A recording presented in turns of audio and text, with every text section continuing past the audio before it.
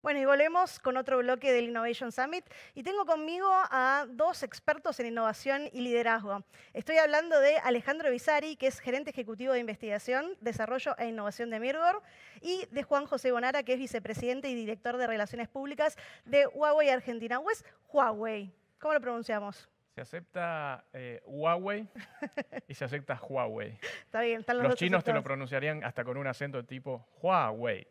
Bien, es un buen Bien, datazo. buena pronunciación. Muy bueno. Una de las preguntas que quería hacerles, capaz podemos empezar con Huawei, hablando sobre la pregunta que un poco le hice a la mayoría de los invitados, que es ¿cómo nace la innovación de Huawei a escala global y cómo se presenta hoy en la Argentina? Porque quizás hay un montón de desarrollos que conocemos desde el lado del consumidor, pero ustedes son mucho más que tabletas celulares y demás. Exactamente. De hecho, un montón de las innovaciones probablemente no sean vistas por el usuario final. Tiene que ver con innovaciones en la parte de redes, en los que somos, por ejemplo, en la parte de 5G, líderes a nivel mundial.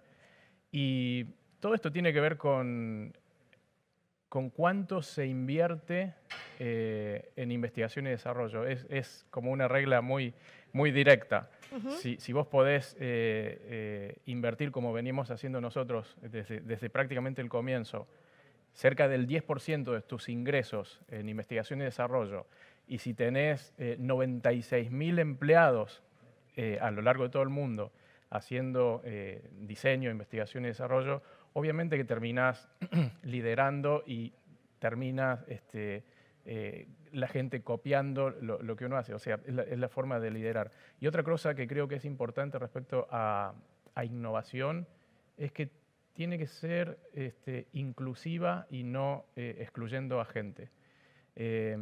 Nos ha pasado últimamente que se dice no porque el 5G chino, no que hay que bloquear a tal, que hay que sacar a tal empresa. Bueno, nuestra posición siempre fue la de cooperación. Cuando alguien dijo tenemos que poner la mejor cámara en los celus, tenías dos opciones. O te ponías a investigar respecto a lentes, a la mejor cámara, o te asociabas, como hicimos nosotros, con Leica, que Ujú. tenía una historia, un gran conocimiento de cámaras, y ahora nuestros celulares tienen cámaras Leica. Y así te puedo contar un montón de otros casos en donde la idea de la innovación no es reinventar la rueda, sino cooperar e incluir. Está bueno ese concepto de cooperar e incluir. Y creo que Mirgor también lo tiene bastante claro, porque hace un par de años, creo que hace dos, vos me Ujú. corregirás, Ale, estuvieron como en una reestructuración de la compañía en donde la innovación empezó a ser clave. Estamos escuchando en este momento, entiendo, algunos ruidos relacionados con el cierre de campaña.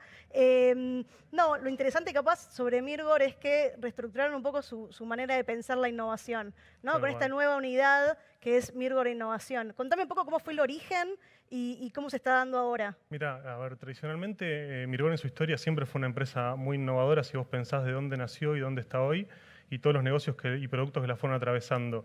Pero hace unos años atrás nosotros nos pusimos un objetivo estratégico que tenía que ver con la diversificación de los productos y servicios que ofrecíamos, y esa diversificación la queríamos llevar a productos y servicios que fueran saludables y sostenibles en el tiempo.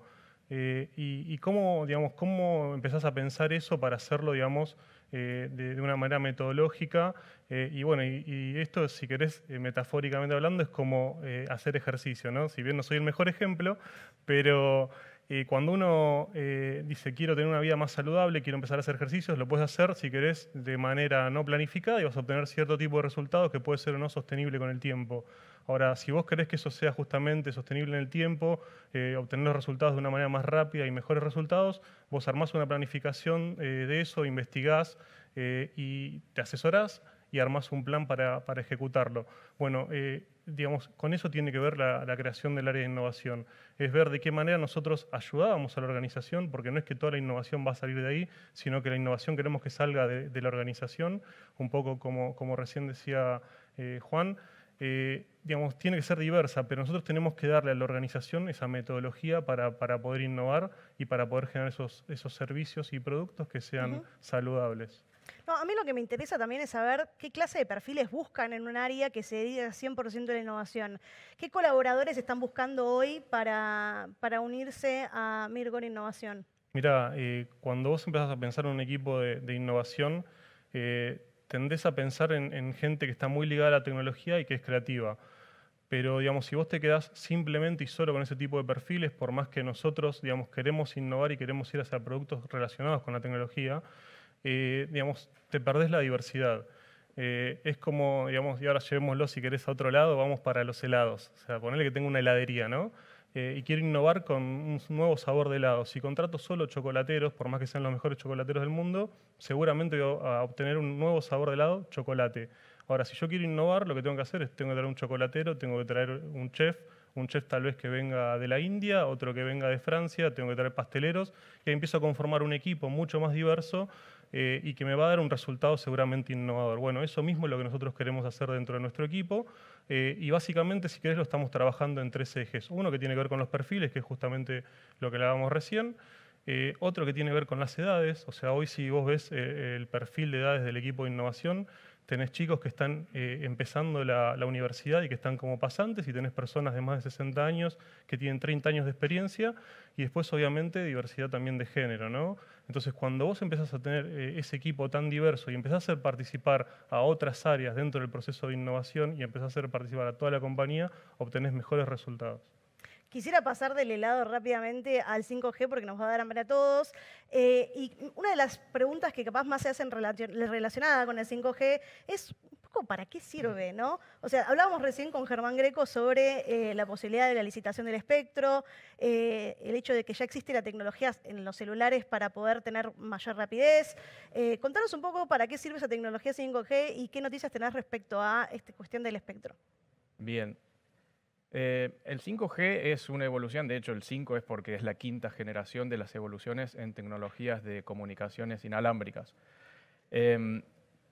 Siempre se busca una mejora respecto a la versión anterior. En este caso, las 3 mejoras a mencionar tienen que ver con mayor velocidad de transferencia, con muchísima menor latencia, es decir, poder sentir a la red como en el tiempo real, porque va a haber aplicaciones que van a requerir eso, como por ejemplo autos que se conducen solos, y vos no podés esperar 2 segundos entre que la información vaya de un lugar a otro, porque en ese momento el auto ya chocó. Entonces necesitas esa instantaneidad que te lo da el 5G. Y la otra es muchísimas más cosas conectadas en una determinada zona geográfica. Pasamos de cerca de 10.000 cosas por kilómetro cuadrado del 4G a 1 millón de cosas conectadas por kilómetro cuadrado en el 5G. ¿Y qué te va a llevar a que se conecte prácticamente todo? Hoy ya hay muchísima conexión, hoy tu televisor está conectado a la red, tenés aires acondicionados que se conectan, pero bueno, todo esto va a seguir evolucionando al nivel de, no sé, bajás una receta de cocina y te dice vaya precalentando el horno a 180 grados y hay un botoncito donde vos apretás y ya se te va precalentando el horno. Ese tipo de cosas van a aparecer y también un montón de cosas conectadas a nivel industrial. Creemos que así como el 4G trajo muchísimos beneficios para las personas, porque nosotros podíamos hacer mejores las llamadas, porque podíamos, creamos el Internet del 4.0 donde subíamos cosas. A través del 5G creemos que va a haber una mejora hacia la sociedad, en donde vamos a ver eventos en donde puedas participar por realidad virtual, fábricas robotizadas, control de tareas de riesgo de manera remota, como es el caso de un caso de éxito ya en China, en donde la minería se hace a través de máquinas robotizadas que están en el subsuelo, mientras que el operario, en vez de estar bajo tierra, está sentado tranquilamente con aire acondicionado y con unos joysticks y con un montón de dispositivos viendo cómo cavar abajo. Es ese tipo de beneficios vamos a empezar a ver. Y respecto del espectro... Ah, perdón. No, déjame agregar algo porque la verdad que es súper interesante lo que dice y el futuro que se está planteando, pero digamos, es muy interesante entender que hoy ya en Argentina tenés dispositivos que son 5G y de hecho nosotros ya tenemos en nuestras fábricas la posibilidad de testear, fuimos los primeros en implementar 5G en Argentina para nuestro proceso productivo. Entonces, es algo que lo estamos mirando muy a futuro, pero que ya hoy está empezando a ser una realidad. Totalmente. Yo justo les quería preguntar en realidad sobre el espectro a Juan, porque entiendo que también es un tema, porque la tecnología no va a llegar hasta que se limpie ese espectro, se necesite ese espectro. ¿Cómo viene ese tema en la Argentina hoy, Juan? El espectro se necesita Nosotros sabemos que la ENACOM y la SUBCETIC están en el análisis por detallado de en qué situación está hoy el espectro respecto a lo que se viene utilizando en Latinoamérica, donde tomamos como referencia cómo se está usando el espectro en Argentina y qué parte de ese espectro se podría recuperar para asignarlo al 5G. Lo más probable es que esto se haga en una frecuencia que es la de los 3.500 MHz o el 3,5 GHz, que es la que se utilizó a nivel global de manera prácticamente absoluta. Así que creemos que va a ir por ahí. Los tiempos los maneja el gobierno. Ellos han planteado que para año que viene probablemente se haga una subasta. Están terminando este análisis. Quieren analizar no solo la disponibilidad del espectro, sino dos temas importantes. Cómo distribuirlos a nivel federal, es decir, que llegue a todos lados, y de qué manera se va a pedir la contraprestación a los operadores por ese espectro. Es decir, normalmente es, te doy 10 MHz, me das tantos millones de dólares. La tendencia global es que se haga una mitad, me entregas plata, mitad te comprometes a cubrir determinada zona o dar beneficios, no sé. Una inversión. Una inversión a hospitales, cubrir los hospitales o asegurar que todas las rutas van a tener cobertura, etc. Bueno, ese tipo de análisis todavía está en desarrollo. Es difícil hacer futurología, pero tenemos la esperanza de que año que viene empiecen a ya ser más claros y probablemente hacer el lanzamiento de la nueva subasta de frecuencia. A la que aclaro, porque hay algunos rumores, Huawei nunca a nivel mundial participó de ninguna subasta de espectro. Los que participan por la subasta de espectro son los operadores de comunicaciones, en nuestro caso es Telecom, Telefónica, Claro, y quizás pueda haber algún otro más. Bien, no, porque me parece que es un tema de mayor interés, porque cuando hablamos de los dispositivos, digo, estamos también hablando de la tecnología que hay detrás, de todo conectado, ¿no? que es parte de esta innovación que se viene. A mí me interesa retomar un concepto que trajo Juan al principio, que tiene que ver con la cooperación, y preguntarte cómo funciona esto en Mirgor Innovación. Digo, estamos hablando de un entorno como más colaborativo de innovación, de creación de conocimiento, esa filosofía, digamos, ¿cómo se transfiere, si se quiere, al equipo de trabajo? Mira, nosotros encaramos el proceso de innovación para llegar, como decís vos, de manera transversal a todas las áreas como un cambio cultural. ¿Sí? Queremos ser catalizadores del cambio cultural que está ocurriendo dentro de Mirgor y justamente ir hacia procesos colaborativos.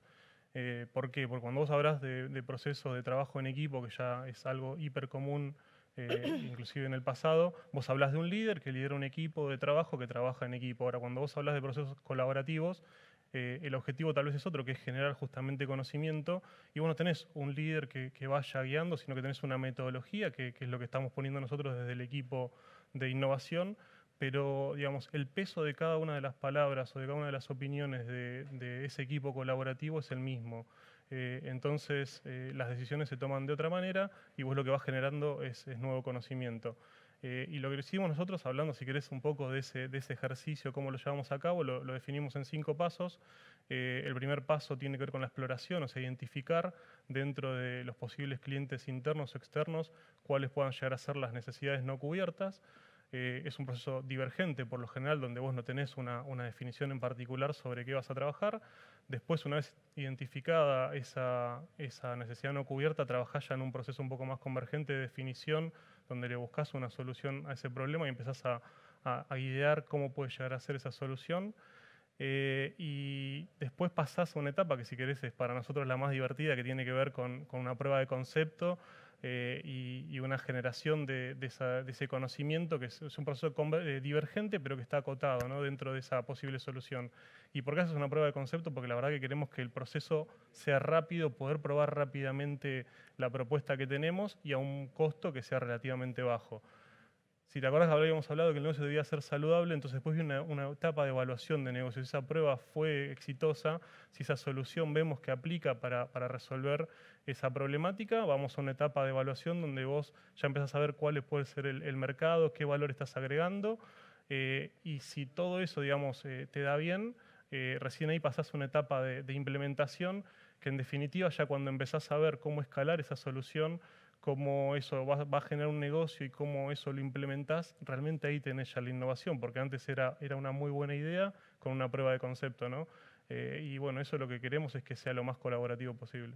¿Y qué productos o qué proyectos, mejor dicho, salieron del área con esta filosofía de la que planteas? Mira, en el último tiempo, y a ver, y creo que se tocó hoy varias veces el tema de la pandemia y cuando salimos todos en marzo del 2020 con la cuarentena, empezamos a ver de qué manera podíamos, si querés, ayudar desde nuestra área y desde nuestra empresa hacia la sociedad. Y ahí surgieron varias cosas. Como parte del proceso de exploración identificamos una empresa en Córdoba que tenía un producto excelente, que es Leistun, una empresa de ingeniería de muchísimos años, que desarrollaba y vendía inclusive en el país y hacia el exterior exportaba respiradores de terapia intensiva de alta complejidad, pero que estaba teniendo un problema muy serio de poder escalar su producción exponencialmente contra la demanda que tenía en el país y digo, inclusive hacia afuera, ¿no? Y bueno, la verdad que ahí nosotros innovamos en muchos aspectos, pero principalmente innovamos con el trabajo de ellos, juntamos los equipos de ingeniería para poder cambiar algunos componentes, desarrollarlos para poder hacer que sean escalables. Innovamos desde compras, desde el área de abastecimiento, había muchos componentes que no se conseguían porque todos los fabricantes buscaban los mismos componentes, pero principalmente innovamos desde el punto de vista industrial. Con todo el equipo de industrialización de la compañía que tiene muchísima experiencia. ¿Y qué es lo que logramos? Logramos fabricar en 2 meses la producción que Leistun tenía prevista para los próximos 10 años. Entonces, la verdad que fue un hecho súper importante para nosotros. Y como parte de esa exploración detectamos otra necesidad. En la pandemia había 2 recursos que veníamos viendo a nivel mundial que eran escasos y hablando con los médicos por el tema justamente de los respiradores, surgió que la otra escasez que había justamente era de recursos humanos. ¿Y por qué estaba esa escasez? Primero, porque no había la cantidad de recursos suficiente. Segundo, porque los médicos y enfermeras también se enfermaban y tenían que cumplir su periodo de aislamiento. Y tercero, porque muchos de ellos eran parte de los grupos de riesgo y no podían trabajar. Estaban en su casa en perfecto estado de salud, pero sin poder aportar. Entonces, ¿qué es lo que hicimos? Desarrollamos una plataforma que nosotros llamamos Oxytemp, que básicamente mide 3 parámetros que eran claves para seguir un paciente con COVID, que son la oxigenación en sangre, el porcentaje de oxígeno en sangre, la temperatura corporal y la frecuencia cardíaca. Esos parámetros subían a través de un teléfono, ¿sí? Que todo el mundo tiene en su casa, a la nube. Eso se procesaba, bajaba a una tablet o un celular que el médico o la enfermera tenía en su casa y podía monitorear de hasta 20 pacientes a la vez. Bien. No, me parece interesantísimo que eso haya salido en la Argentina y me quedo con el dato de una producción de 10 años en 2 meses. Es bastante impactante. Juan, cerramos con una última pregunta. Sí. Contame cómo ves, y esta es una gran pregunta en realidad, pero contame cómo ves un poco los procesos de innovación en los próximos años. Entiendo que ustedes tienen una fábrica en China que básicamente se dedica a investigación y desarrollo, pero brevemente, como para cerrar, contame cómo lo ves. Nosotros tenemos, de hecho, 16 centros de investigación a nivel mundial y te vuelvo a repetir lo que te dije al principio. Apuntamos a la colaboración a nivel mundial, esto de abrirnos a nivel mundial en donde hay centros, por ejemplo, en Rusia, donde son expertos para hacer las partes de matemática, pero tenemos en Francia donde son expertos en el diseño porque hacen las cosas bonitas. Bueno, ese tipo de globalización de la innovación creo que es el camino que vamos a seguir utilizando.